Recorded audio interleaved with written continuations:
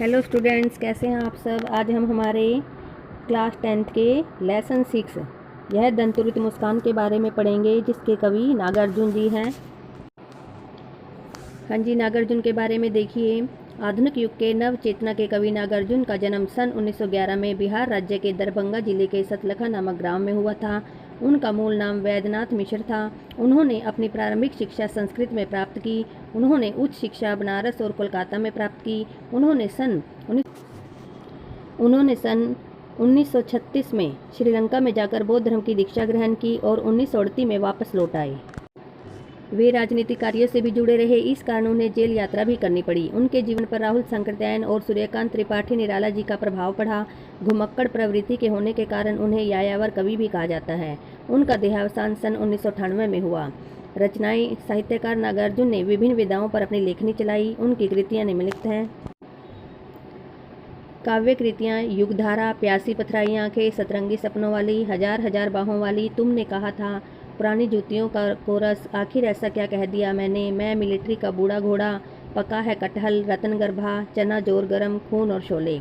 मैथिली काव्य थे संग्रह चित्रा, पत्रहीन, नगनगाज। उपन्यास: रतिनाथ की चाची, कुंभीपाक, उग्रतारा, जमनिया का बाबा, बलचनमा, वरुण के बेटे आदि। संस्कृत साहित्य: देश दशकम और श्रमिक दशकम, आलोचना, एक व्यक्ति का युग।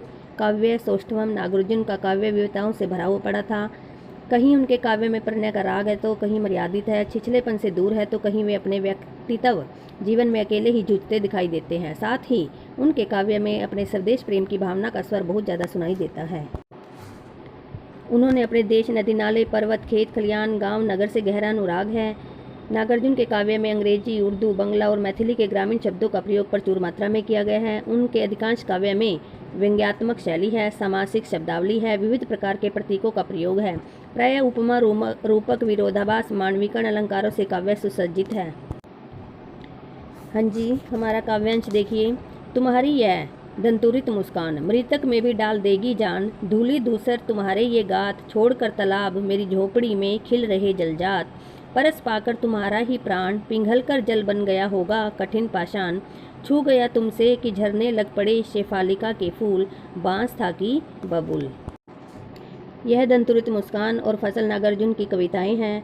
उन्होंने मुक्त छंद की अतुकांत कविताएं भी बहुत अधिक लिखी हैं।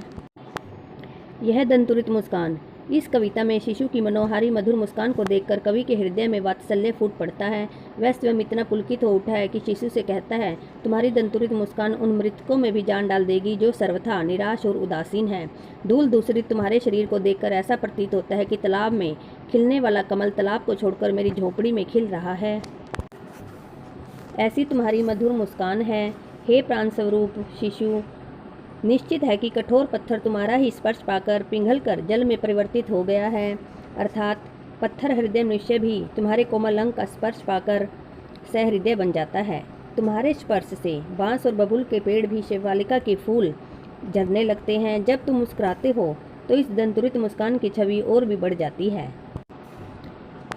शब्दार्थ देखिए। दंतुरित का मतलब होता है बच्चों के नए नए दांत, मृतक मरे हुए, जान प्राण, धूली धूल या मिट्टी, धूसर सना हुआ, गात शरीर, जलजात कमल, परस स्पर्श, पाषाण मीन्स पत्थर। कवि शिशु की दंतुरित मुस्कान को देखकर अपार सुख का अनुभव करता है और कहता है कि शिशु की दंतुरित मुस्कान मरे हुए व्यक्तियों में प्राणों का अर्थात प्रफुल्लता का संचार कर देती है। अर्थात ऐसा कौन व्यक्ति होगा जो अपने बच्चे की मुस्कान को देखकर खुश नहीं होगा, जिसका हृदय शिशु की मुस्कान प्रसन्नता से न भर दे। कवि कहता है कि तुम्हारे धूल से धूली दूसर तुम्हारे ये गात, छोड़कर तालाब मेरी झोपड़ी में खिल रहे जलजात, कि तुम्हारे धूल से सने हुए शरीर के अंगों को देखकर ऐसा लगता है कि सरोवर में यानी तालाब में खिलने वाला कमल, जलजात का मतलब है कमल, पुष्प मेरी झोपड़ी में खिल रहा है। परस पाकर तुम्हारा ही प्राण, कवि कहता है निश्चित ही तुम्हारा स्पर्श पाकर ही पिघल कर जल बन गया होगा कठिन पाषाण, पाषाण मीन्स होता है पत्थर, कि निश्चित ही तुम्हारा स्पर्श पाकर पत्थर पिघल कर जल बन गया होगा। छू गया तुमसे कि झरने लग पड़े शेफालिका के फूल, निष्ठुर हृदय भी तुम्हारा स्पर्श पाकर अपनी निष्ठुरता छोड़कर सहृदय बन जाएगा। छू गया तुमसे कि झरने लग पड़े शेफालिका के फूल, बांस था कि बबूल। तुम्हारा स्पर्श पाकर तो बबूल और बांस से भी शेफालिका के फूल झरने लगेंगे। अर्थात तुम्हारा स्पर्श तुम्हारे छूने से इतना सुकोमल और प्रसन्नता प्रदान करने वाला है कि कठोर से कठोर दुष्ट जन भी भावुक हो उठेगा। हाँ जी, दूसरा स्टैंजा देखिए। तुम मुझे पाए नहीं पहचान, देखते ही रहोगे अनिमेष। अनिमेष का मतलब होता है निरंतर देखना या बिना पलक झपकाए देखना। थक गए हो, आंख लूँ मैं फेर, क्या हुआ यदि हो सके परिचित ने पहली बार। परिचित का मतलब है जान पहचान। यदि तुम्हारी माँ ने माध्यम बनी होती आज, माध्यम का मतलब है साधन। मैं न सकता देख, मैं न पाता जान, तुम्हारी यह दंतुरित मुस्कान। तुम्हारी यह दंतुरित मुस्कान, धन्य तुम माँ भी तुम्हारी धन्य। चीर प्रवासी मैं इतर, मैं अन्य। चीर प्रवासी का मतलब होता है देर तक घर से बाहर दूर देश में रहने वाला। अनिमेष अपलक या बिना पलक झपके, परिचित जान पहचान, माध्यम बिचौलिया या साधन। कवि शिशु की दंतुरित मुस्कान पर मुग्ध होकर शिशु की माँ के प्रति आभार व्यक्त करता है। तुम्हारी अपलक दृष्टि जो मुझे पहचानने के लिए प्रयास कर रही है, किंतु तुम्हारी माँ की, यदि तुम्हारी माँ ने माध्यम बनी होती आज, तुम्हारी माँ की मध्यस्थता के बिना मुझे भी तुम्हारा परिचय न मिलता। कवि शिशु से कहता है कि तुम मुझे पहचानने की कोशिश करते हुए अपलक निहार रहे हो। मैं न सकता देख, मैं न पाता जान, तुम्हारी यह दंतुरित मुस्कान। लगातार देखते रहने से तुम अब थक गए हो। अंत में मैं ही अपनी दृष्टि हटा लेता हूँ। तुम मुझे पहली बार में नहीं पहचान पाओगे तो कोई बात नहीं, परंतु तुम्हारी माँ माध्यम न होती तो तुम्हारी दंतुरित मुस्कान को मैं देख नहीं पाता और न ही तुम्हारी मुस्कान की मधुरता का आनंद उठा पाता। तुम और तुम्हारी माँ दोनों धन्य हो, पर मैं तुम्हारे लिए ही पराया ही हूँ। इस अतिथि से प्रिय तुम्हारा क्या रहा संपर्क, उंगलियां माँ की कराती रही मधुपर्क। देखते तुम इधर कनखी मार और होती जबकि आंखें चार, तब तुम्हारी दंतुरित मुस्कान मुझे लगती बड़ी ही छविमान। इसलिए तुम्हारा परिचय मात्र के माता से ही रहा। तुम मुझे देख, तुम इधर कनखी मार और होती जबकि आंखें चार।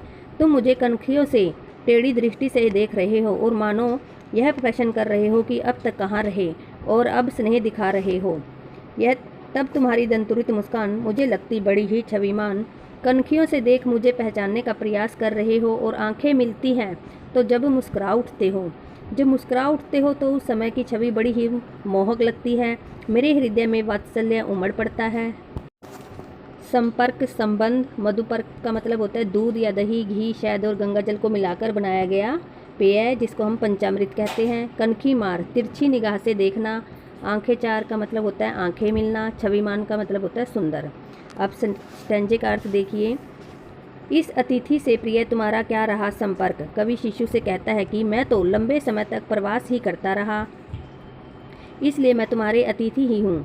मुझसे तो तुम्हारा कभी कोई संपर्क रहा ही नहीं। तुम्हारी माता ही उंगलियां माँ की कराती रही है मधुपर्क। तुम्हारी माता ही अपनी उंगलियों से शहद आदि मधुपर्क कराती रही है।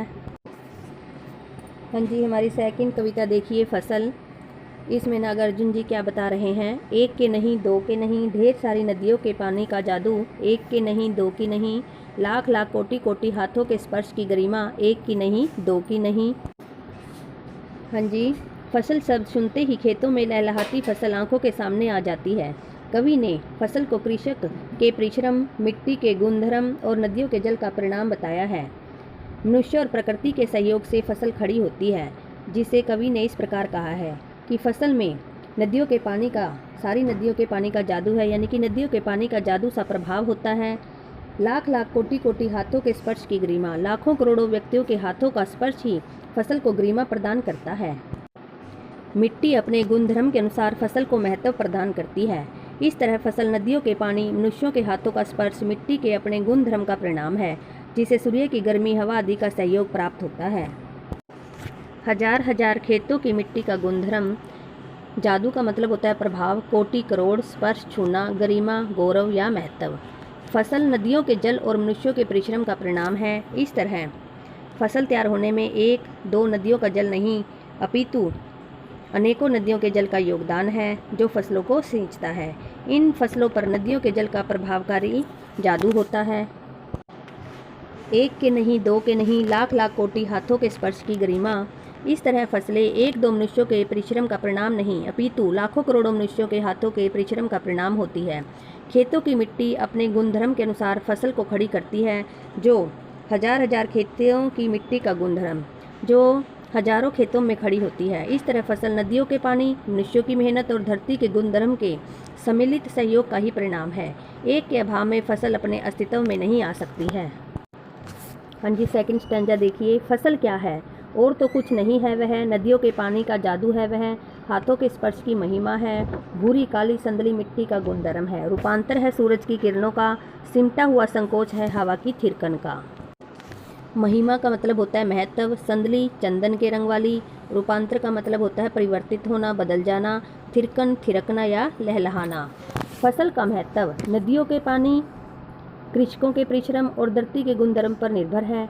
इन सब के अभाव में फसल की गरिमा नहीं रह सकती। कवि फसल के बारे में अपने विचार प्रस्तुत करते हैं कि फसल नदियों के जल के प्रभाव का ही परिणाम है, किसानों के हाथों के स्पर्श का परिणाम है, धरती की मिट्टी के कणों में विद्यमान काली, भूरी, संदली मिट्टी के गुणधर्म का परिणाम है। इसके अतिरिक्त जो सूरज की किरणों के रूपांतर का भी परिणाम है। इसमें हवा का समान रूप से योगदान है। फसल हवा के साथ थिरक उठती है।